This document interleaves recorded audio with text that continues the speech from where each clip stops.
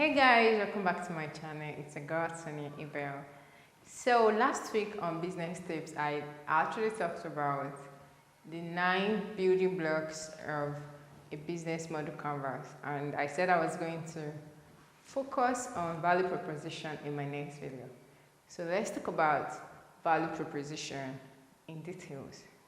What is value proposition? Value proposition is simply the values you're actually going to be rendering to your customers, to your customer segment. And in value proposition, we have 2 segments. We have the customer profile and we have the value map.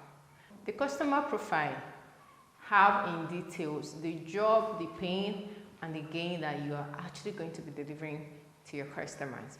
Let's take pizza for an instance. Pizza can be eaten as lunch or dinner.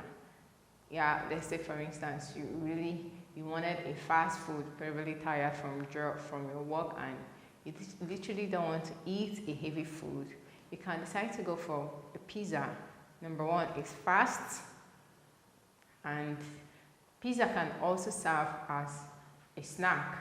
For instance, you had a late lunch and you decide, oh, I want to eat, but I really do not want to go for something that is quite solid and heavy.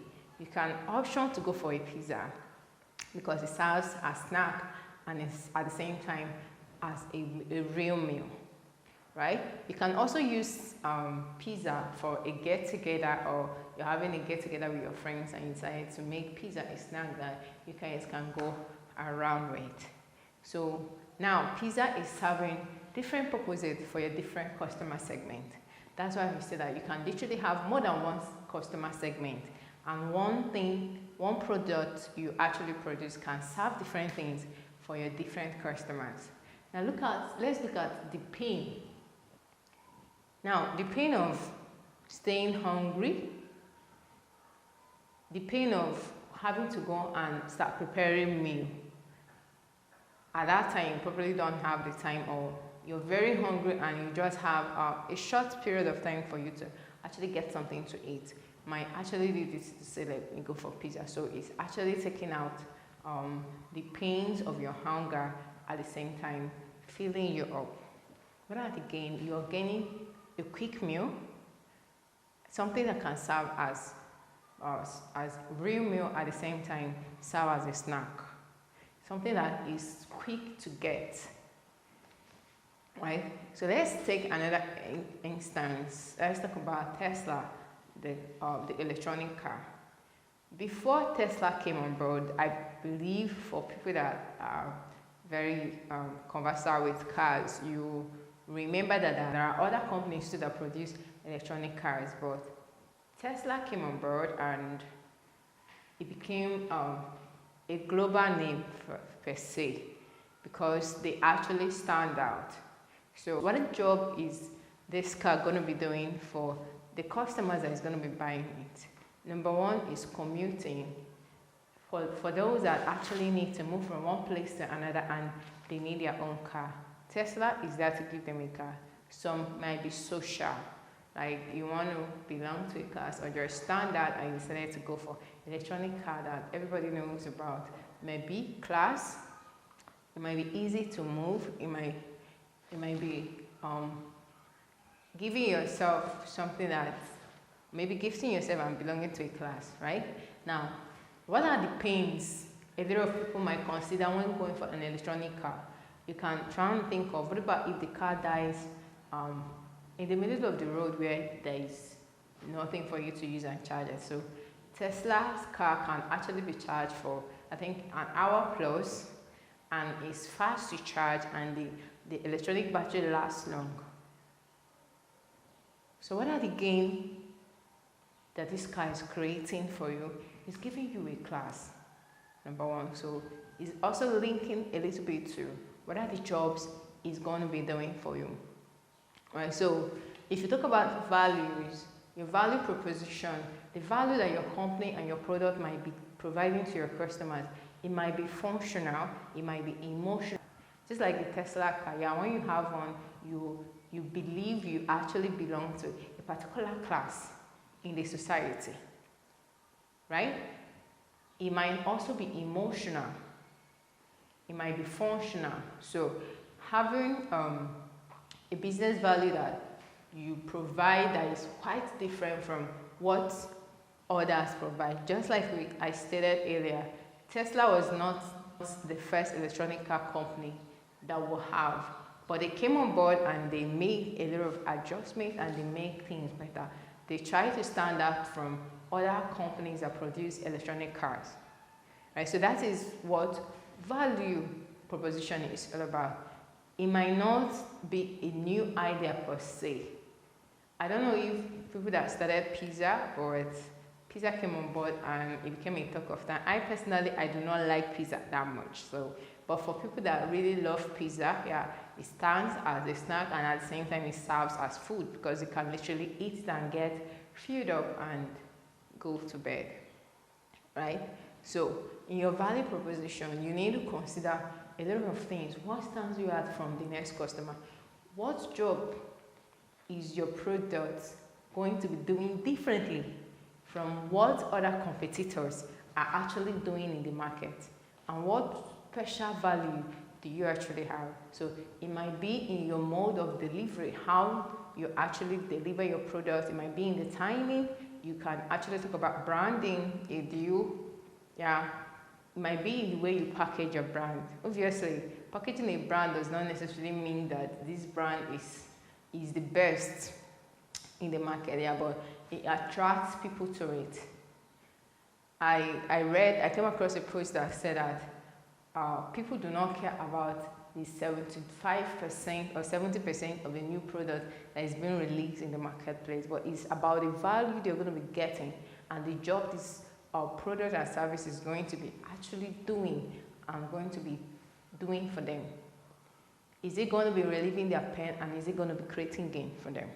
So thinking about things that you can actually make to do to stand your brand out. So I've talked about branding, I talked about mode of delivery, and then next thing you might want to consider is your customer relationship. How do your customers relate to your product? Is that a relationship between your product and your customers? What about your workers at work? Your workers, your customer relationship officers, your entire staff in general, because they have a lot of contribution that they are going to be doing. Now, when we talk about branding, branding could go as far as product packaging, the color you use for your product, the color of your brand, then your mode of dressing, your mode of addressing people, maybe the style of marketing you decide to do. If you're going to be doing jingle, how did they stand out? What are the people that are going to be promoting this brand for you? So it has to do with your branding entirely. And social media handles is also a plus. Then we'll talk about cost efficiency. Like when we talk about cost efficiency, we are not talking about pricing, right? Yes, because when you cost a price, a lot of people think they are doing themselves good, but you can literally cut yourself off the market when you keep cutting down your price. But when we talk about cost efficiency, you're talking about your mode of getting it, maybe your raw materials or your staffing. Is it there are jobs? Thank God for technology and social media. There are some jobs you can actually outsource. You don't have to employ somebody to be doing that 24 hours.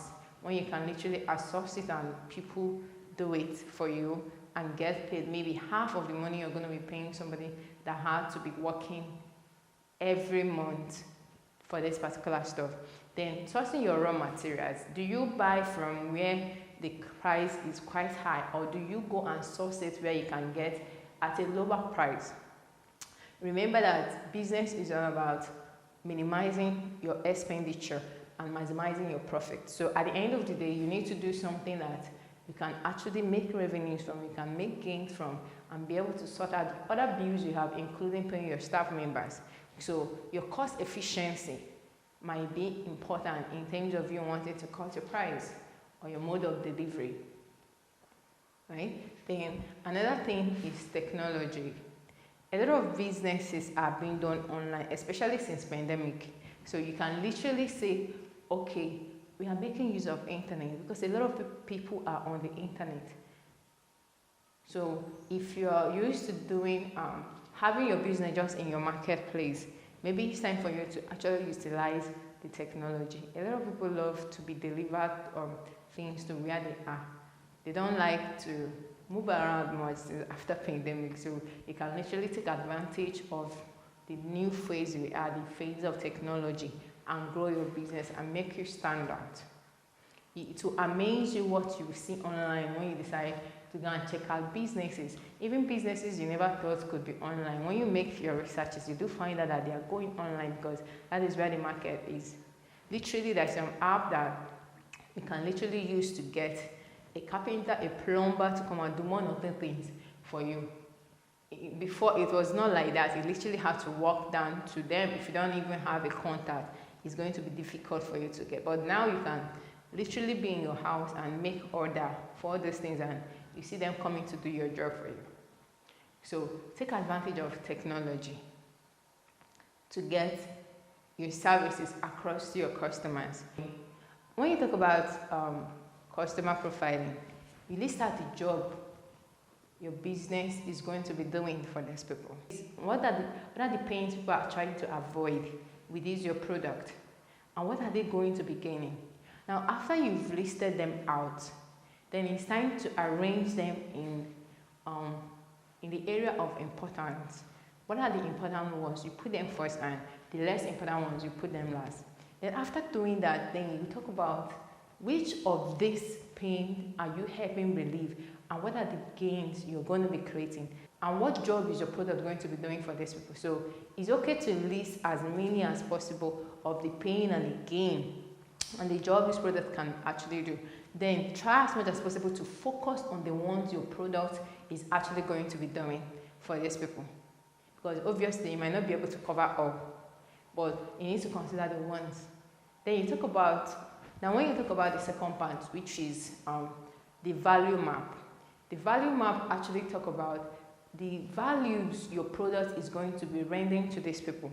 Their pain, their gain, and the job. What are the values based on what you've listed out that this product is going to be fulfilling? So that's why I said capitalize on the ones your product is going to be getting done for these people. Not necessarily everything, because you have to have your area of preference where you specialize. Every brand should have where they specialize. They shouldn't be jack of all trade and master of none. What stands you out? Is it that you're going to be doing a quick delivery to them? Is it that you have your brand that makes you stand out? Is it your customer relationship? Your customer service, how do they relate to your customers? Your staff members, how do they relate to your customers? When you consider all these things, it helps you understand the relationship between your value, the value you're providing, and your customer segment. Thank you very much for watching this video, and I hope that as we progress, you get more tips on how to actually move your business to the next stage. I'll see you in my next video. Bye.